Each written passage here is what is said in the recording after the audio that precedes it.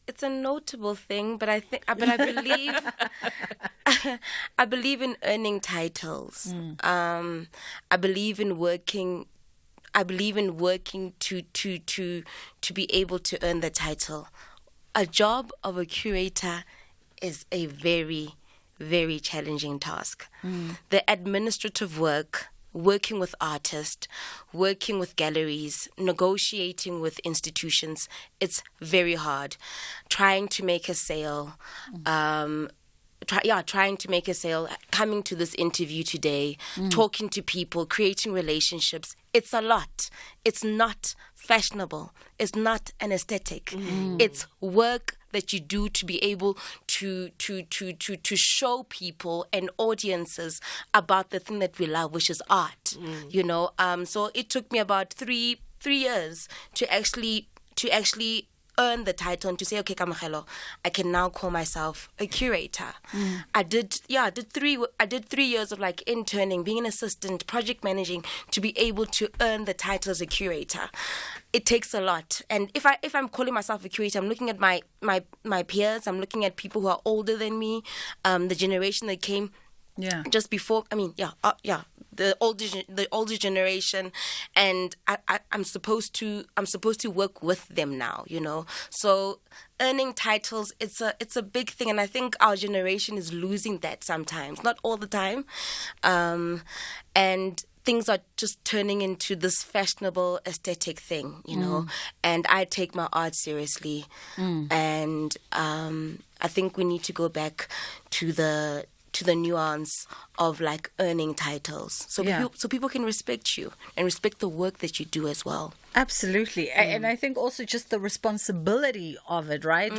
We touched a little bit about the responsibility of the process, the respect of the process of the artist, the responsibility of presenting that, the responsibility in how you tell that story, you know, in order to get that attention comes with a responsibility to audience, to artist, to institution, to everything. Ladies, we fast run out of time. I've got stages, pages, screens and more coming up. But before we go, Kamogelo, you've got Senses, which is coming up or is currently running until April.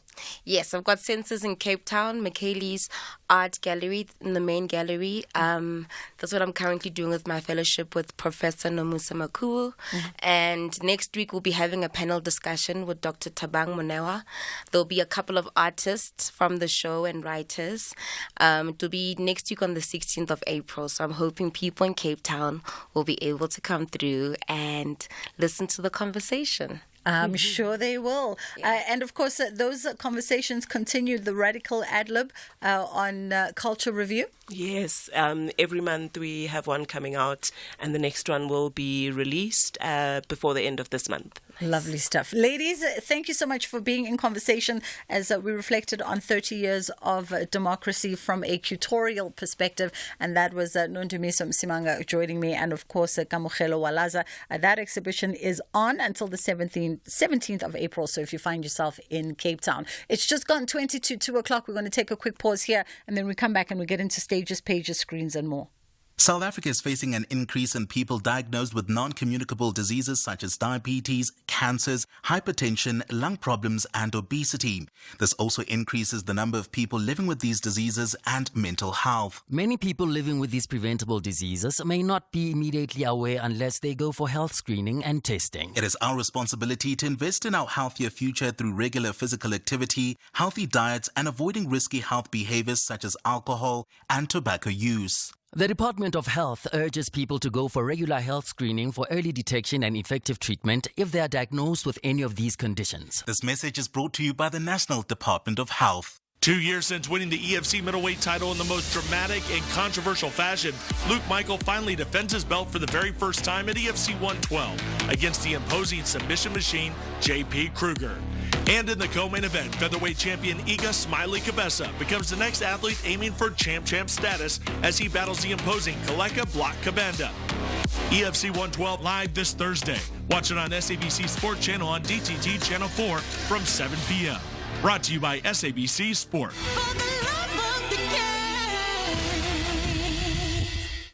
Big dreams turned into reality with the National Lottery. A huge congratulations to not one, but 5 multi-million winners. 3 winners won over 44.7 million rand each on Powerball, and 2 winners won over 17.3 million each on Powerball Plus this past Friday. You could be the next big winner. Panda Pusher Play. Players must be 18 years or older, and remember to play responsibly. Ituba is the proud operator of the National Lottery. Stages, pages, screens, and more on The Full Circle. It is the Full Circle with myself, Bridget Masinga. We're getting into stages, pages, screens, and more. And we're looking at a songwriters camp. And we're going to be in conversation with the co-founder and program design lead for One Groove, Rasmus Allen. How are you doing, Rasmus? Hi, I'm good. Fantastic. I hope you're good too. No, I'm great. Thank you. I'm great. Can't complain at all. All right. Nice. So the Ricky Rick Foundation for the Promotion of Artivism in partnership with One Groove Nyrox are proudly bringing the Ama Groove songwriting camp setting. And of course, they say the stage is set for an unforgettable songwriting journey at the cradle of humankind right here in Johannesburg. Tell us a little bit more about, how this concept came about. Yeah, actually, the concept came about because through my wife, actually, who works at the BMW Foundation, we came in contact with Ricky's mother, Louisa Sondo, and Kumi Naidu, and went to a place they have in Free State, which is also kind of a retreat for artistic and artists and activists. Just after that, they invited us to Cotton Fest, and those two experiences just combined in my head made me get this idea to we have to share this with the Danish artists and songwriters, this incredible energy and musicality and everything that South Africa has to offer in music and culture. So that's how the idea came about. So is this a cross-cultural, cross-country exchange between South Africa and, of course, Danish residents? That's exactly what it is. And it's 7 Danish music producers, artists and writers, and similarly 7 South African.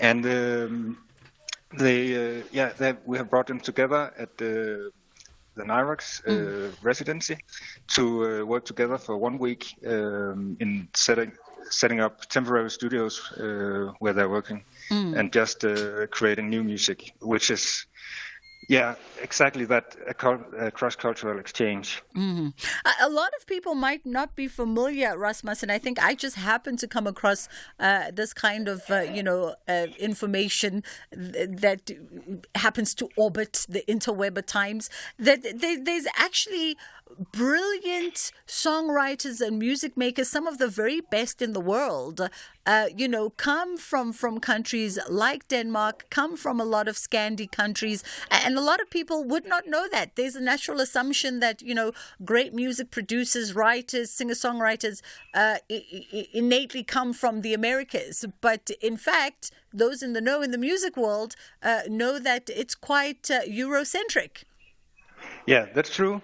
In fact, we have one of the music producers who is here. He's called Pill, as his nickname, and he's doing big stuff in LA with the big artists over there. So that's definitely true. Another example is not on this camp, but actually a 20-year-old girl who was actually born in Pretoria, called Gift.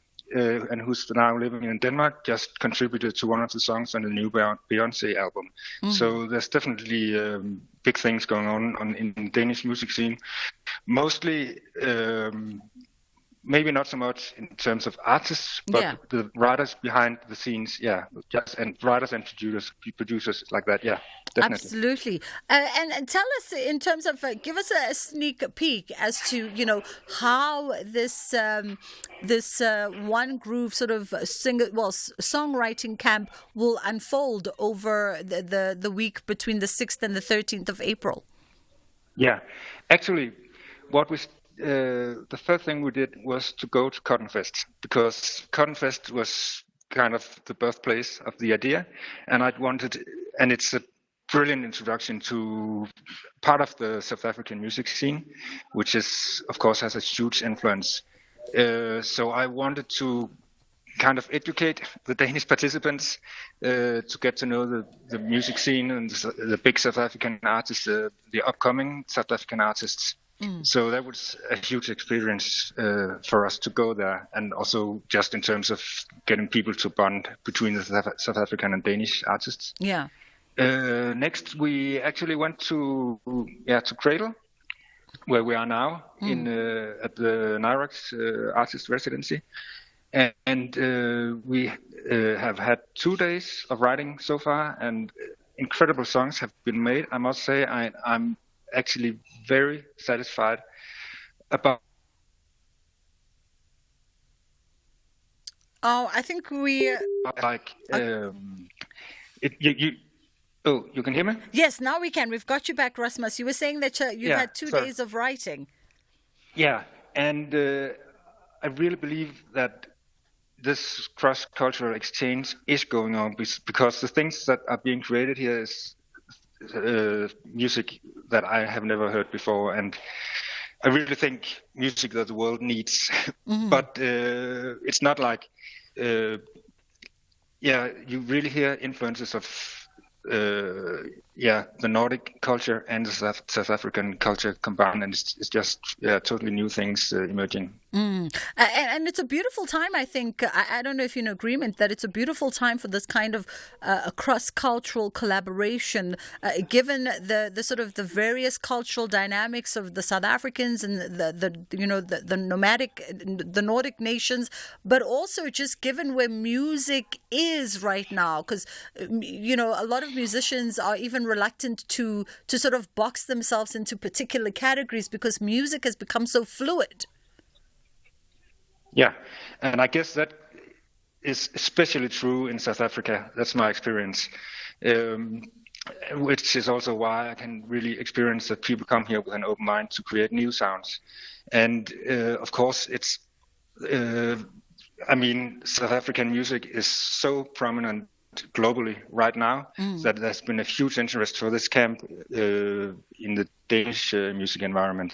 So we have had a lot of applicants for this, which goes to show that, this is needed, and we are going to do more camps like this, definitely. Yeah. Listen, all the best to you guys at the camp right now. Hopefully we will get some incredible international hits coming out of this one, and maybe we can have a retrospective conversation in a year or two where you can clue us in and say, remember that conversation that we had? That is the genesis of this. That was Rasmus Allen. Thank you so much for carving some time out today to be in conversation with us. And that camp is happening right now at Nyrox, the One Groove. It is rather the One Groove songwriting camp. And if you missed this one and you didn't get the VIP invite to be a part of it, maybe next year, who knows, it might be your turn as well to exchange some ideas with some colleagues from Denmark. That brings us to just after 10 to 2 o'clock. Kids Corner is standing by. It's going to run us until the top of the hour. And then, of course, your news is standing by. I think Ann Musa is coming through with their 2 o'clock bulletin. On the other side of this, we talk all things health and wellness.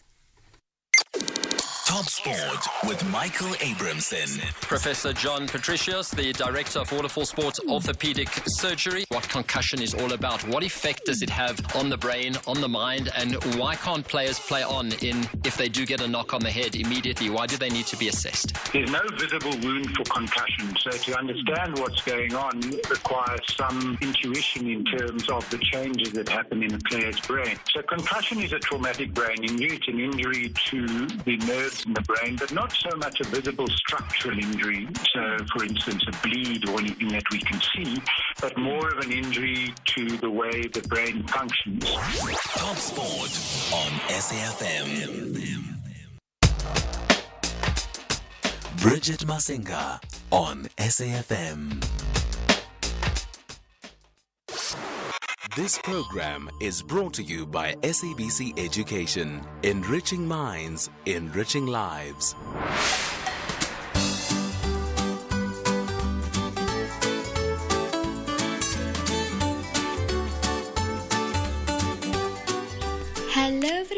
I'm Mushfika Talib. It's term 2, which means school has started again. To be honest, it didn't really feel like school ended. It felt like an actual 5-minute holiday. My main goal this term is to improve my academics and pass with better marks. I also have a plan that I want to implement this term so I can ensure that I get my desired marks. Yes, I believe that other kids have rules and plans for themselves at the start of the term, so when the reports come back, it comes back looking good. This is a really effective way to ensure good results and to practice time management and discipline. Thank you for listening. Bye. Hi everyone, I'm Jonaka Maliasi. I'm 10 years old. I live at Middleland Zone 7 and my school is Tumbezo Primary. Yes, I've just gone back to school from the holidays so far. The school has been good a lot. Yes, my mind forgets about holidays and is back to learning. No, I don't have a written down plan on how I will handle the second term. I want to share some of my plans that I believe if I follow them, I can pass with flying colors. I do all my homework at school in free periods. I study every day after supper. I practice mathematics every day after school. Yes, I believe that school children have rules about what they do and don't do at the beginning of each term so that they can pass at the end of each term. Thank you. Hi, my name is Mbali. School has been normal so far.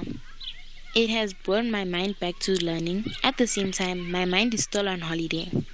No, I have not written down a plan on how to handle term 2. Yes, I do believe that school children have rules about what they do and don't do at the beginning of each term so that they pass at the end of the term. Hello, my name is Dimbar Madam, 11 years old. I'm in grade 5. My school just opened today, so I'm not sure how it has been, but going forward it might be better. No, I have not yet written down a plan on how I'm going to handle the second term. Yes, I do believe that children have rules at the beginning of each term, so they pass at the end of each term, like to study hard, stay away from phones, and finish schoolwork. And just like that, you will have 80s, 90s, and 100s, plus flying colors. Hi, my name is Asanda Chabalala and I'm 12 years old from Macaulay. School has been very nice. I have brought my mind back to learning. No, I don't have a written down plan for term 2. Yes, I do think that school children have rules about what they do and don't do at the beginning of each term so that they can pass at the end of each term. Hello, my name is Sumane Angel Ngovera. Yes, I've just gone back to school from the holidays and school has been really good. I'm actually enjoying school this term. So I haven't really brought my mind back to learning, but I'm still on holiday, but I can concentrate in class, so I'm not that worried. And yes, I do have a written plan on how I will handle the second term. Some of the plans that I believe that if I follow, I will get flying colors in my reports is that I will study, I will revise, I will make study notes, and I'll always visit my books every single day. Yes, I do believe that children have rules about what they do and don't do at the beginning of each term so that they pass at the end of each term. Thank you and have a lovely day. Hi, my name is Rona Chikarange. I am 10 years old. I am in grade 4. School has been nice and fun at the same time. I have brought my mind back to learn. Yes, my plan as a learner is to write down my study timetable from Monday to Friday and how I manage my homeworks as a top learner achiever. Thank you. Hello friends, are you excited to be back at school for another term? I do understand that some of you have already returned back to school for the second term. Nevertheless, today's topic is important for all of you. School is not only about learning new things and making friends, But did you know that having a good schedule can help you excel and succeed in exams? A schedule is a plan that guides you on what to do and when to do it. Now let's explore how you can create a practical schedule to thrive in school. First and foremost, it's crucial to create a schedule that includes time for everything you need to do. This means allocating time for schoolwork, playtime, meals, and sleep. Think of it as making a timetable for your day.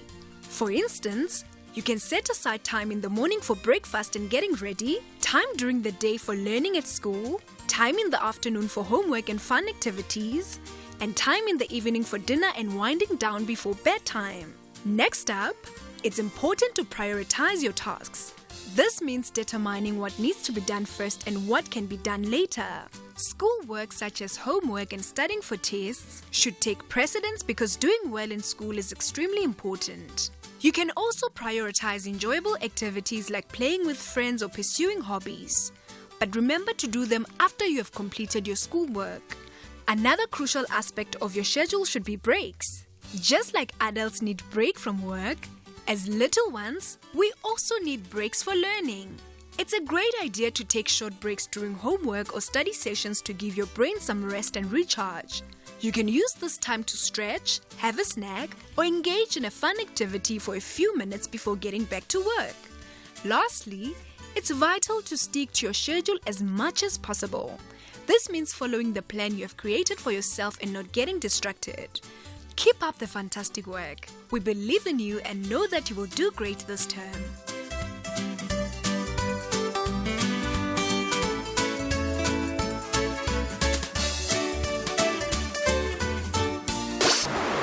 This program was brought to you by SABC Education. Enriching minds, enriching lives.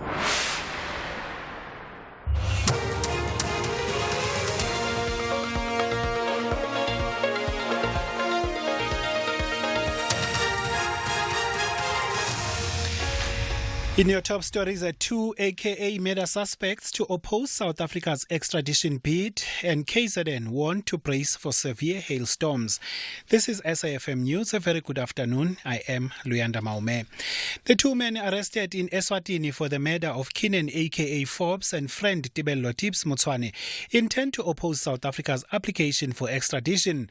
Brothers Siabonga and Malusi Ndimande appeared briefly before the Manzini Magistrates Court this morning. Their legal representatives Vesonke Ngwenya says they have also called on the state to file more particulars that are missing in the application. The matter has been postponed to the 14th of next month. The accused will remain in custody. Still in courts, Judge Nkosinathi Cili will rule next week on submissions made by the legal teams of the state prosecutor Advocate Billy Downer and journalist Karen Mon to him. The submissions in the former President Jacob Zuma's private prosecution of Downer and Mon were made in the High Court in Pietermaritzburg this morning. They relate to the removal of the case from the court roll. This is based on the fact that both the Supreme Court of Appeal and the Constitutional Court have dismissed Zuma's appeal against the High Court ruling, setting aside the summons for Downer and Mon. However, Advocate Ngaba Buthelezi for Zuma argued that they could still approach the ConCourt to appeal against the High Court ruling that the private prosecution is invalid. Electricity Minister Dr. Kgosientsho Ramokgopa says Eskom is on track to adding over 2,500 megawatts of new generation capacity to the grid in the next 5 months.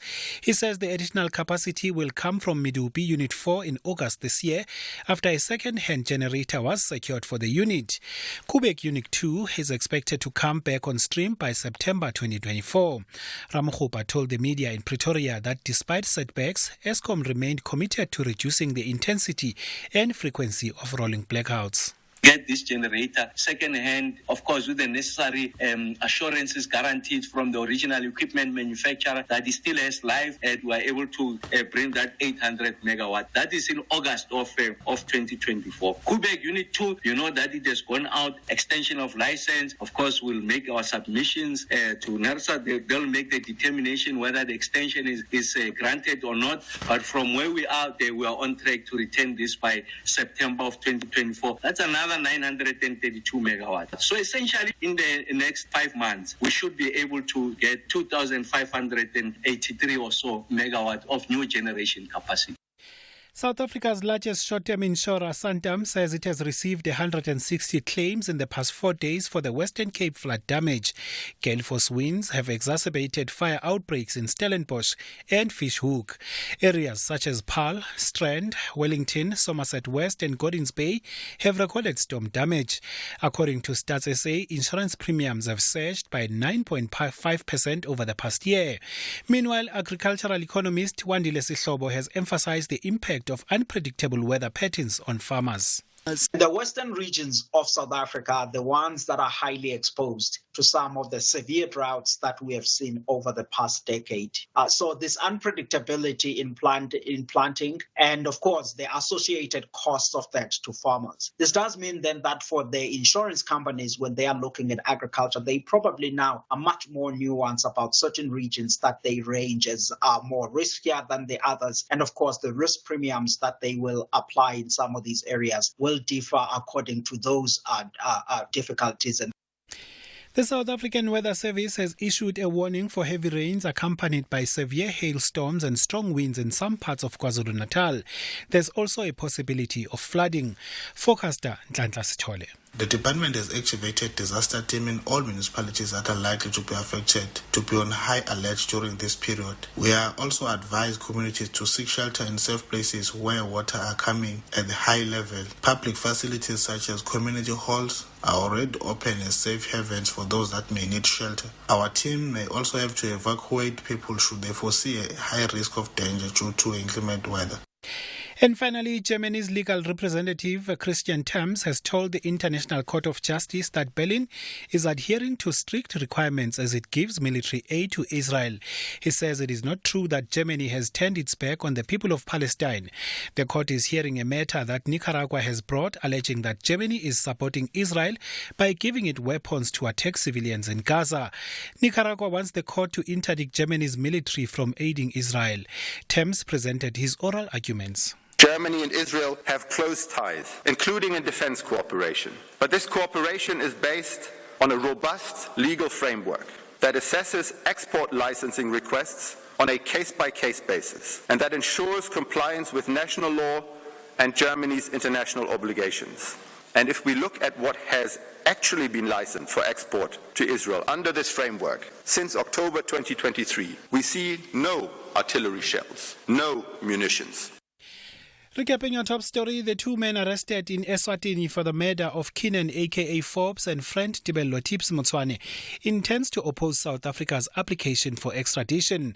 For SAFM News, I am Luyanda Maume. Headlines at 2:30. SAFM 104 to 107 nationwide. Leading the conversation. Last year, the Masked Singer hit South Africa like a storm. This year, the Masked Singer South Africa returns with 16 huge celebrities hidden behind 16 humongous masks. Get ready to be amazed and astonished with brand new masks and performances that are going to blow your mind. Don't miss the biggest television event since Season 1. The Masked Singer South Africa Season 2 premieres on S3 Saturday 6 April at 6:30 p.m. The boys of Steve Barker resist to leave the pitch without a ticket to the semis. But there's a big problem. Kevin Hunt's boys say the last dance of happiness belongs to them.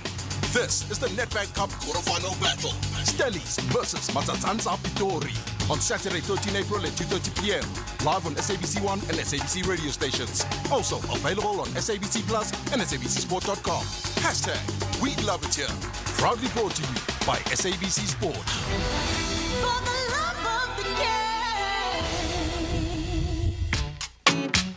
The Full Circle with Bridget Masinga, Monday to Friday, 1 to 3 p.m.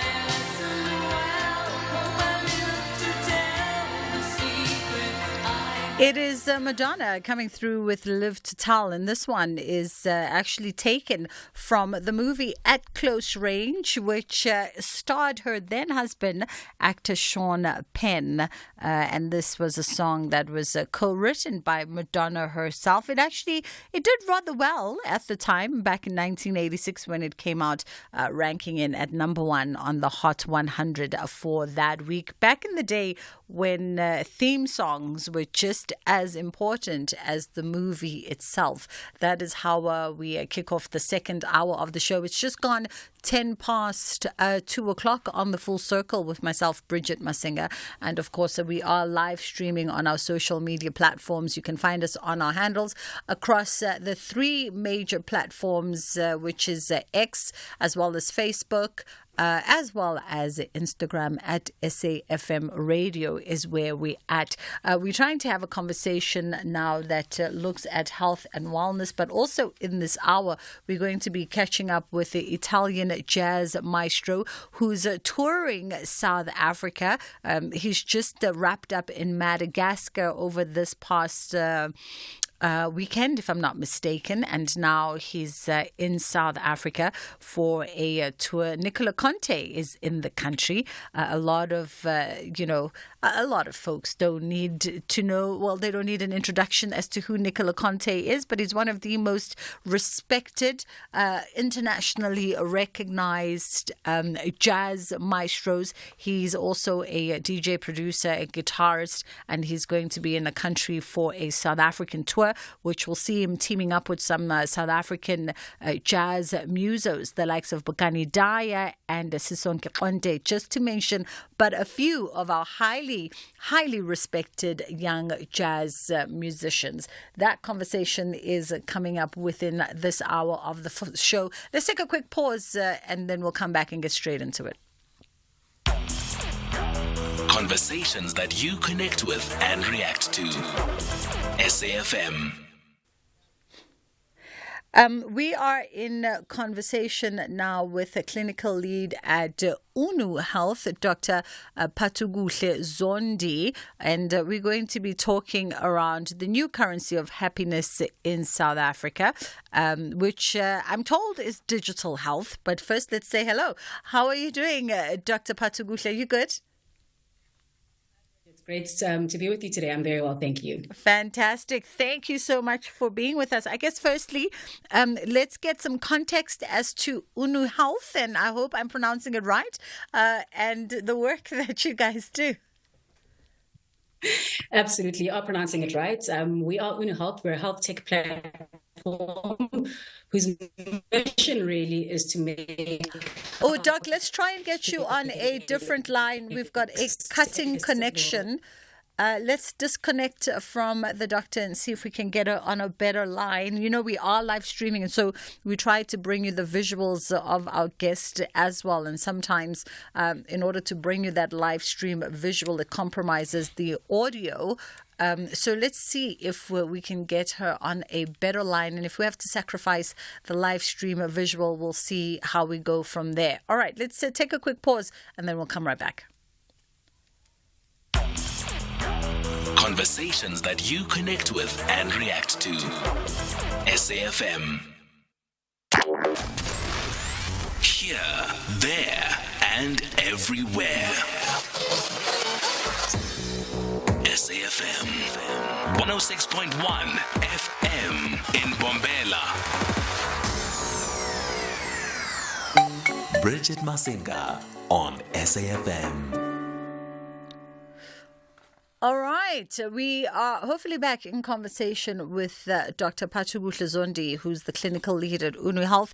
Let's start back at the start base again, Doc, and hopefully this time we've managed to get a crisper line. All right, before we even talk about the new currency of happiness, let's first get an understanding about you guys at UNU Health and what it is that you'll do. Absolutely. So apologies. Just to make sure you can hear me properly now. I can indeed. Fantastic. So UNU Health is a health tech platform that was launched in 2022, in fact. And our real mission and passion is to connect all South Africans to affordable health care, leveraging technology. So we're an app, basically, that connects the user to a number of healthcare services like instant access to nurses, to doctors, healthcare plans equally, and of course, most recently, an as-you-go service, which basically offers queue-free consultations, transparent pricing, and instant access to medical professionals. Mm-hmm. So it's almost like a one-stop portal, so to speak. Absolutely. So it's an app that you can now download off your iStore or Play Store. And then really through the app, what we'd want you to do is create a profile where you can load three users, so dependents or kids. Mm-hmm. We'd want you to create a health profile, so answer a series of questions, and then you get a health score, which gives you a measure of where you are health-wise. We invite you to do a face scan, and basically this uses certain technology and reports on vitals. So it uses your smartphone camera. You scan for 50 seconds, and it tells you what your pulse is, what your blood pressure is, what your oxygen levels are. And, of course, some of these are really key as risk factors for chronic diseases. And then fundamentally, as I've said, in addition to that, it then can direct you either through a symptom checker. So if you're not sure, do I need to see a nurse? Do I need to see a doctor? Can I even self-medicate? We've got this great symptom checker that can help direct you to the appropriate level of care. And then lastly, but certainly not least, if you know what you want and you want to go and get healthcare assistance, in other words, a nurse or a doctor, we connect you to a nurse and a doctor for online consultations or in-person consultations. Oh, very interesting. Now, okay, so I'm with you in terms of, the different ways that the platform can be utilized, whether connecting you to healthcare services, providers, consultations, etc., comparative pricing. I'm with you on how easy it is to load a profile. Here's what I want to find out from you now. So how precise is it, before we even get into the happiness stuff, how precise is it in producing a health profile? Because you said use your face scan in order for it to digitally diagnose you for some conditions. I love the clarity that you're seeking because I think it's so important. And in fact, this is exactly what we want to address as an app.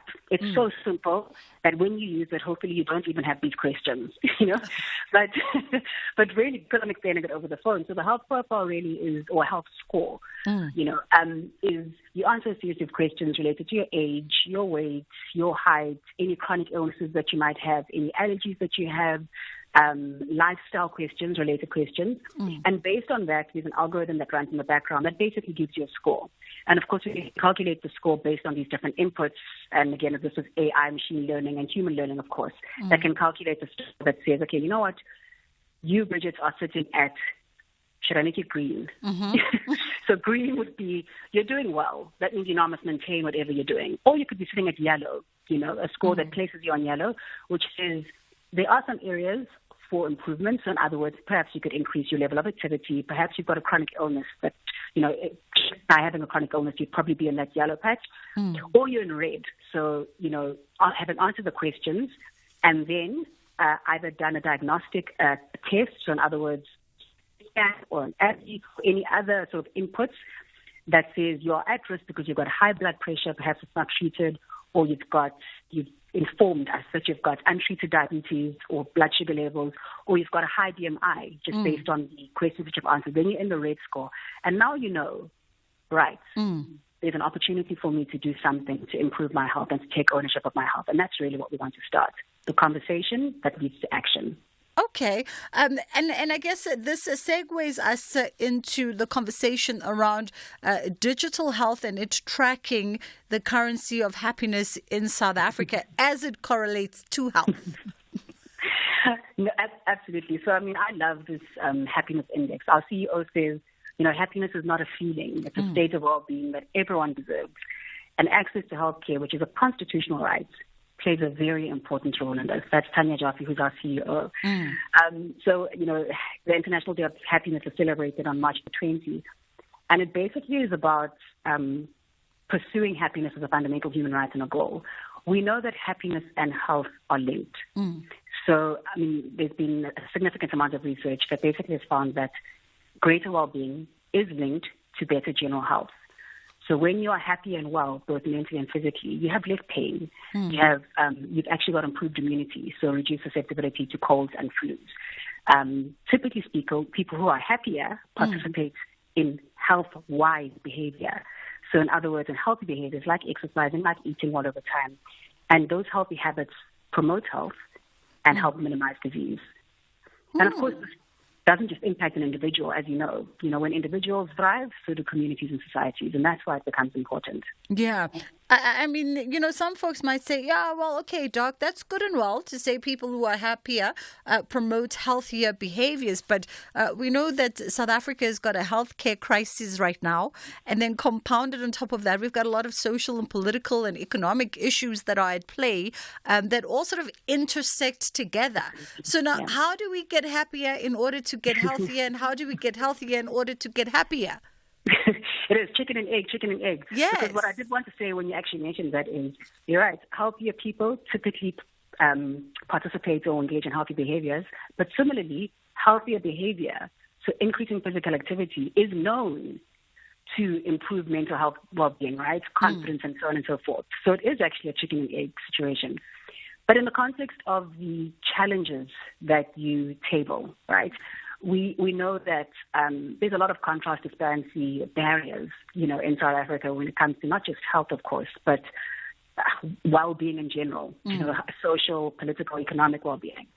And it demands of us to be innovative. We can't be stuck on what's going on. It's what can we do and how can we make the most of a situation? How can we use what we have? South African smartphone penetration right now is the highest on the African continent.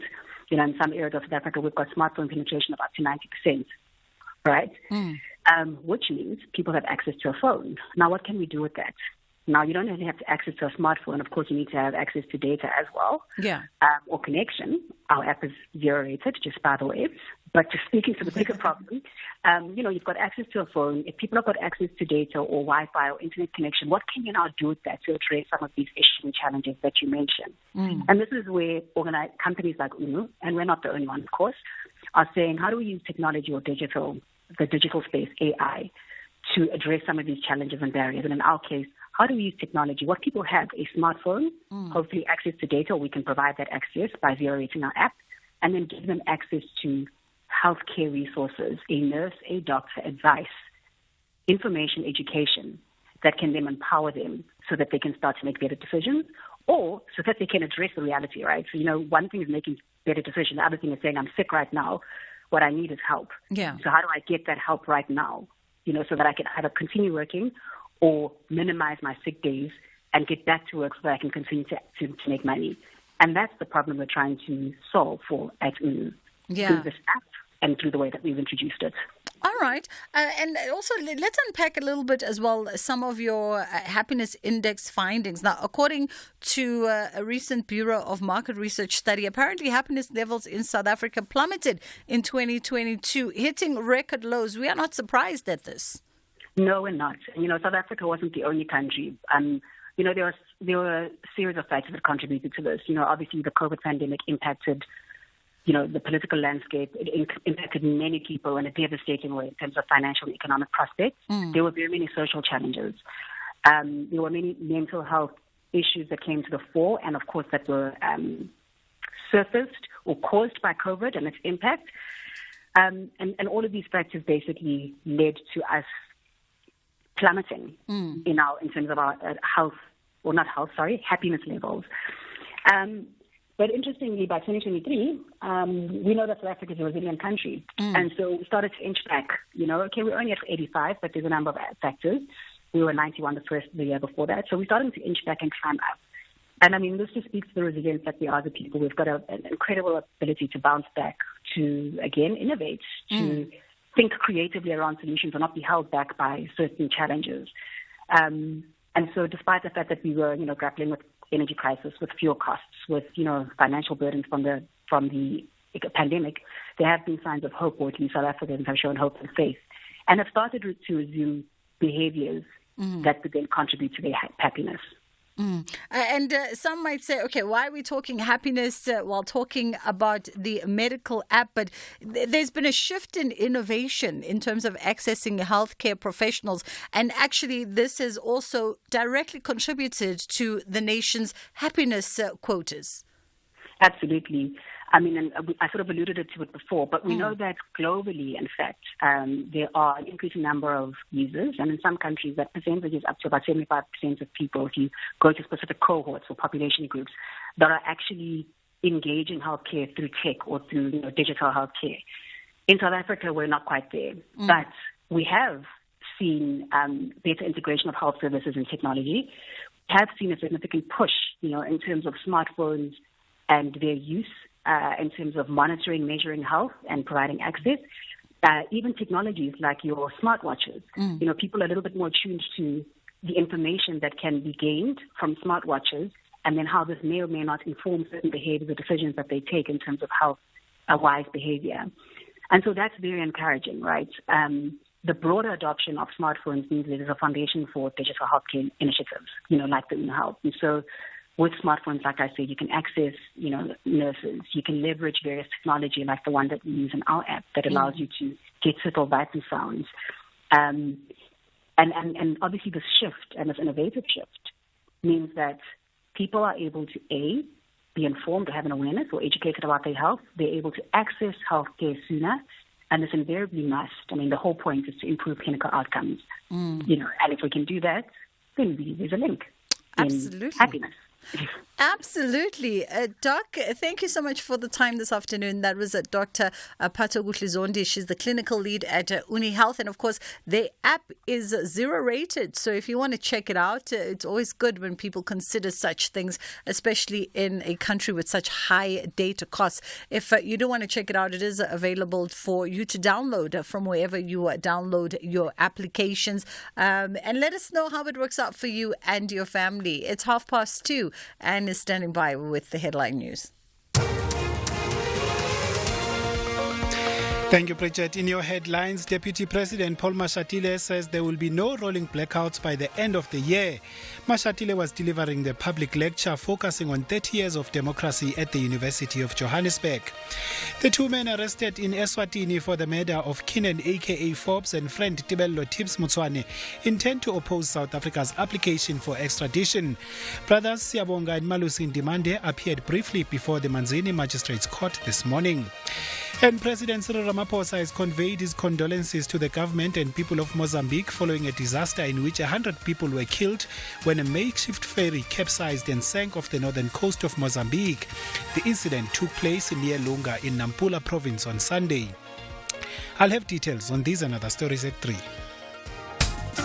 The Full Circle with Bridget Masinga, Monday to Friday, 1 to 3 p.m. Apologies, Luyanda. I keep glancing over at my screen and it keeps flashing Anne. And thank you for taking it in the chin. That was Luyanda Mahumi bringing you the news for this hour and, of course, for the entire show this afternoon.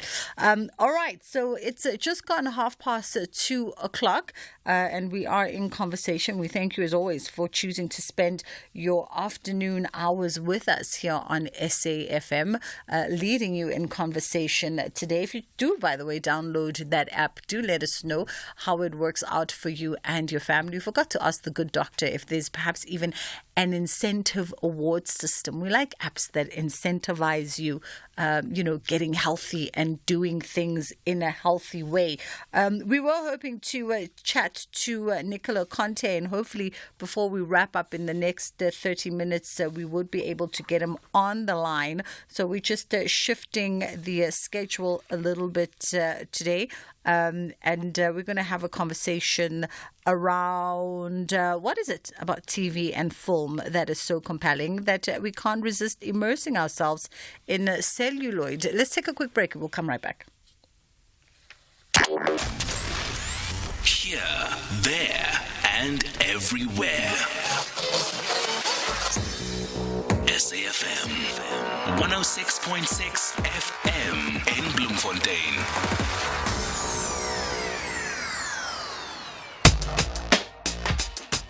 Bridget Masinga on SAFM. So we've been binge watching a whole bunch of series. We're all obsessed with all of our streaming networks from the likes of Netflix, etc. And as human beings, we've somehow become consumed with TV and film for decades. And it's the storytelling behind the medium that often gets us hooked, right? And we thought we'd explore this conversation with our guest, who is a lecturer in the film and television department at WITS. Jürgen Miegel joins me now. We are hooked on games and the silver screen, and I think it's become 1,000 times worse. How are you doing, Jürgen? I'm very well, thank you. Yeah, thanks for inviting me to this conversation. Thank you for the time. I mean, it's almost as though our behavior has significantly changed in recent years. We've become hooked. The culture of binge watching is almost ingrained in our DNA now. Yes, I agree. I mean, binging by default is something that is addicting. And and I think, knowing myself and my partner as well, I mean, we watch a lot of series, films, and in any case, work a lot of time on screen. We seem to have that. Yeah, we do indeed. Can this be attributed to something? I mean, what has changed in our psychology? I think in the past we used to go to cinemas. I mean, watching something. I mean, we are and always have been addicted to storytelling, right? So storytelling has been going on for ages. Meaning, all kind of cultures, people are infatuated with stories.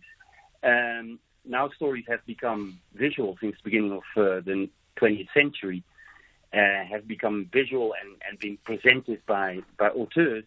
And I think an audience is very interested in engaging with that, engaging with stories made by people, told by people. And now in recent times, obviously, that escalates into the streaming services where companies have many more on offer in terms of what we watch and can watch.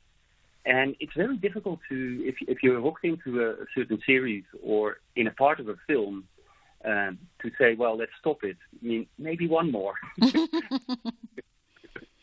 And I wonder, Jürgen, as you talk about that, funny enough, yesterday I was on one of the streaming networks and I thought to myself, oh man, we haven't had a series like Ozark in a long time where you're just waiting for it to say next episode, because that's how compelling the story was and just how incredibly told it was. And does that have anything to do with sort of for lack of a better word, with our sort of addictive nature right now, just the nature in which stories are now being told, the complexity alongside the relatability. There's a beautiful dynamic in how the juxtapositions of these two things unfold that capture an audience. Yes, absolutely. I completely agree with you.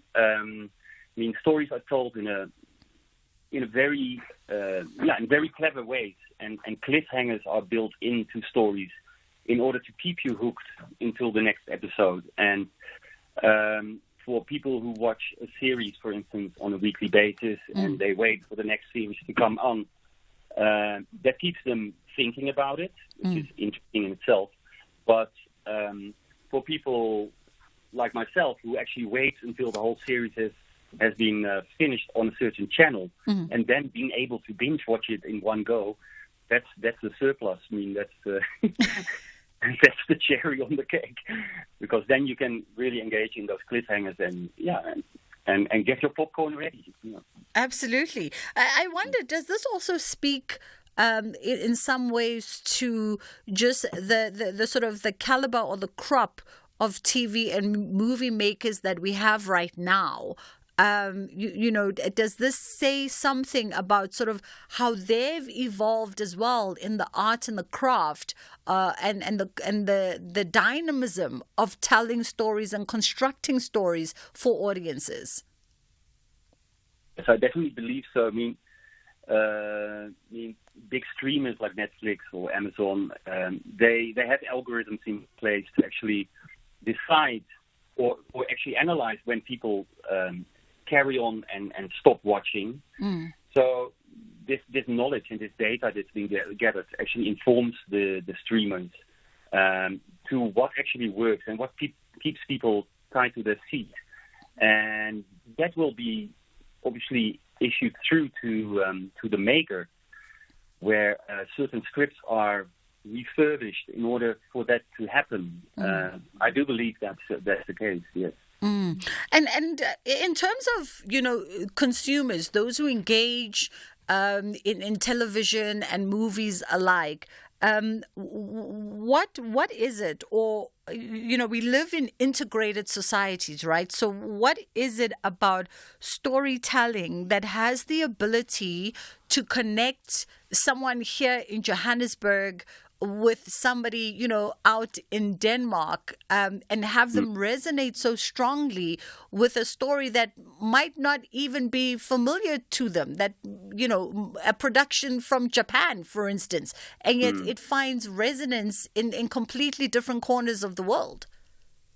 Yeah, it's a great question, because I think we as humans are very curious about other cultures, and I think with the global village, in a sense, we have been, in the days of internet, and we've been introduced to many different cultures.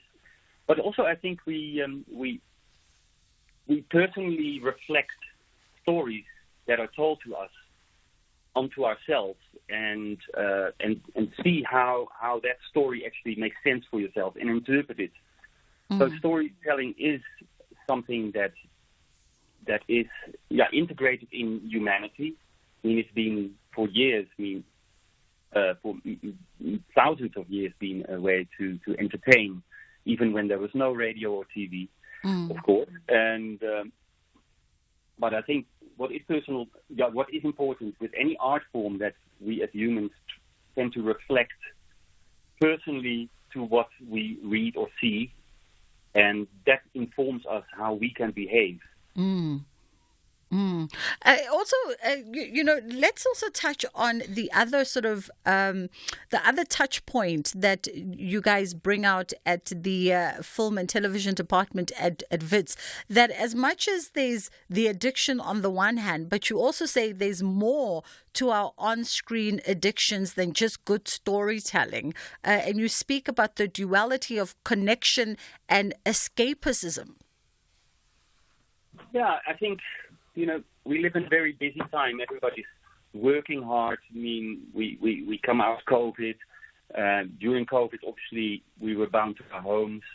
But now we're back in the rut as it goes. And I think it's very comforting to, when you, after a day of work, to sit back and relax and have somebody else tell you a story. That's why I do believe that, for instance, interactive storytelling is interesting, but I still think it's where you can actually decide yourself what the story will be. But I think for a lot of our generations, maybe the older generations as well, it's very interesting to actually couch out and hear what somebody else has to say. And I think the overall people are need to be entertained. You know, they need to be they want, as I said, actually, they want to relax. And how different, Jürgen, how different is our interaction to gaming? Because for me, gaming is a very foreign world, right? And yet I know very much that it's got quite the stronghold and quite the strong market base, not just in South Africa, but globally as well. And do you see the same kind of consumption traits and characteristics between those who are, television film addicted, for lack of a better word, to those who are immersed also in the world of gaming? Yeah, I think it really depends on the person, but as you said, it's immersive gaming. You tend to swallow yourself up into it, and you have to make decisions, which is a much more active occupation than couching out and watching a film. I think there's obviously a market for both, where it's fantastic to relax, sit back, and do nothing, and somebody tells you a story, which we used to do obviously with bedtime stories as well, and to go to sleep. But with gaming, it's something else, which actually also can be very informative. It can be exciting, exhilarating. There's all kinds of games, not only shooting games, but also games are much more on a social level, trying to accomplish a goal. And I think that's also very engaging for various audiences. And it's also a great learning tool. It's been researched that people who can play games, and maybe not so much the first shooter games, but actually learn a lot about interactions between people, how to solve certain problems. So it's not always just, gaming is about shooting and killing, and it definitely also has various other factors. Yeah. And what you say is so interesting, because it's quite contrary, right, to the perceptions that have been created around gamers. The part where you say gaming really harnesses social interaction, and I know that as a film and television department, you guys have been quite interested in that aspect. But the perception that's created is that gamers are loneless. Gamers are isolated and prefer their own company. Yeah, perhaps. Yeah, but there's also, a lot of the League of Legends, for instance, where my son, for instance, was playing it. And then he interacts very actively with a whole bunch of people online, which might not be the same, obviously, as meeting a person in life. But that's actually how our lives have evolved anyway. We meet people online on Zoom calls or Teams calls, and we not necessarily see them in person. So it seems to go on another level of interaction with other humans. Jürgen, thank you so much for the time today. That was, of course, Jürgen Miegel. He's a lecturer in the film and television department at WITS, helping us unpack some of our more addictive behaviors, looking at how hooked we are in terms of, games as well as television and film. There's just something that is compelling us and making it irresistible for ourselves to be immersed in these worlds. worlds. And I think, socially we've changed and our behaviors have responded in ways accordingly. 086 000 2032 is the number if you have. But by the way, we've just, we've been getting some of your voice notes today, but we're chasing time and chasing guests. So we didn't get around to it because as I started saying that number, I looked at the time and I was like, it's 1:45. And Nicola Conte is standing by on the other side of this. Let's take a quick break and then we'll come back. The Full Circle with Bridget Masinga, Monday to Friday, 1 to 3 p.m.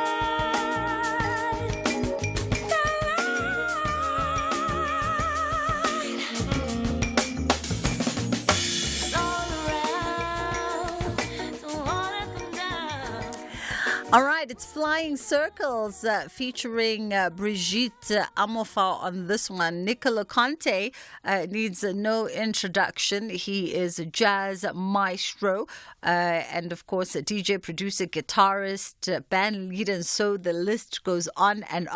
And he's innovated, a sort of acid jazz style that incorporates bossa nova themes and melodies drawn from Italian film scores all the way back to 1960.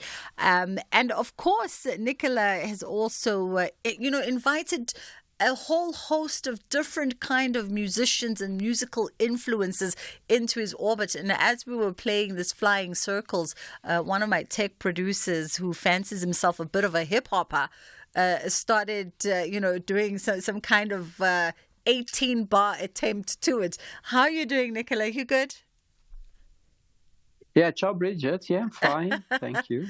Thank you for taking the time. And I think that's the beautiful thing about the music that you've produced over the years is that, yes, it's rooted and grounded in jazz, in the discipline of jazz, but you've opened yourself up to exploration and opened yourself up to collaborating with musicians and music from all over the world.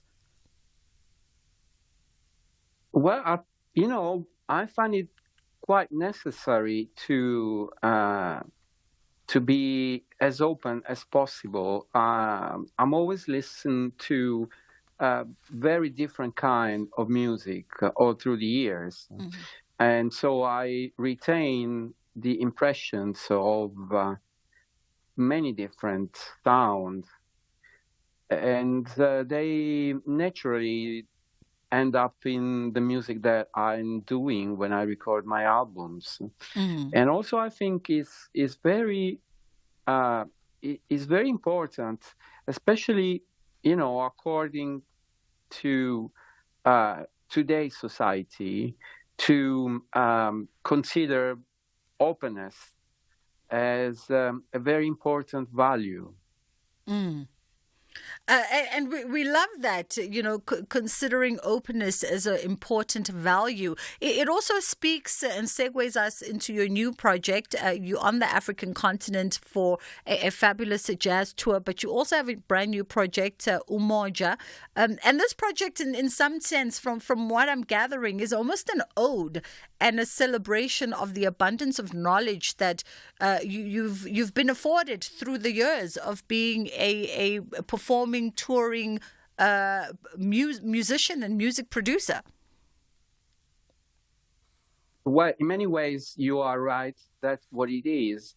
But now it comes to my mind something that I heard on an interview from Max Roach in the 60s. And he was saying that music is a weapon to deliver and to opposite things like racism or segregation or exploitation. So, I consider music as very important tools to express your own point of view, but also to embrace some of the issues which people may not be able to express the same way that an artist can do. Absolutely. Oh, and that is, I think that's the importance of arts, right? That's the importance of creatives, is exactly as you're saying, Nicola, the ability to express ideas and to challenge ideas that greater society might not be able to do so. And you say that your exposure to African culture and jazz in particular inspired this project and helped you create concepts for the music. Expand for us a little bit on what that entails. Well, that has been not just appealing to this last album, but there's been a process which started quite a few years ago. I think, in order to actually get to a point where I felt to be at a stage where I could express my interest towards African culture without sounding cliche or, just a copycat. It took a long time, and it took a lot of listenings, a lot of research. But I think most of all, just like got to a point where I felt it was going to be natural. I mean, it was going to be something that was already in my blood and in my mind, and then it is always extremely crucial to find the right people to embody new ideas. So this process started maybe 15 years ago, maybe even before. And only towards 2016, 2017, I started to feel nearly ready to do that. And by the way, there was also a time, 2017, which I came for the first time in South Africa. So for me, there was really a great test to see, to live and be together here with other musicians from South Africa, together with some other people that came with me from Italy, and this thing is happening again. So, but reason why I've always been very much into Afro-American music. Yeah. Then at one point, I felt I had to expand my knowledge into African music. So I started to listen to original recordings of African folk music. And then I, moved to 60s and 70s recordings of African music, where you can see the African music evolving and incorporating influences from what was happening at that time into the rest of the world, and particularly in Afro-American music. Yeah. So jazz was one of those things, but then there were soul, there were funk, there were R&B, there were a lot of different things. Yeah. Up to contemporary times. So that was my own personal journey in achieving a degree of knowledge and a spontaneous feeling for the music. As we wrap it up, in my final question, because you've mentioned it, I know that you were in South Africa a few years ago with your first visit, and at the time I read that you said you realized that a lot of people were into what you were into musically, and you said that you couldn't wait to see what would happen in a few years. So fast forward to 2024, is what you envisioned musically, or what perhaps you thought might happen musically within South Africa, is it playing out the way you envisioned it or the way you foresaw it? In some way, yes. When I first came here in 2017, I wasn't aware, completely aware about how big and how deep and interesting was the contemporary South African jazz scene. I mean, I've heard about other South African things, and people like Black Coffee became extremely popular all over the world. So I knew about the kind of South Africa electronic scene, and I knew that there was something happening jazz-wise in South Africa. But when I came here and I first met Unduduzo Makhathini and Tumi Mogorossi and other players, and immediately after, something happened. And I think that still, there's a lot of room for South African music, and in particular South African jazz, to gain an even important role on the international scene. But then, but also I think we all should be aware that the industry, or the musical industry, or the industry, or the system in general is quite conservative. Absolutely. Nicola, we have to wrap it there, unfortunately, today, but we appreciate the time with you. That was Nicola Conte. He needs absolutely no introduction. Indeed, a living icon in the world of jazz. And he's going to be in South Africa until the 14th of April, just ahead of International Jazz Day, which happens on the 30th of April, and part of Jazz Appreciation Month this year. And of course, he's convened an incredible band of young, dynamic South African jazz musicians, from Bokani Daya to Sisonke Klanti, Sia Makuzeni, and of course Khonse Makene. And that is how we wrap it up from myself and my team. Ashraf is standing by, is coming through from Freedom Park today. Inshallah, God willing, we get to do it again.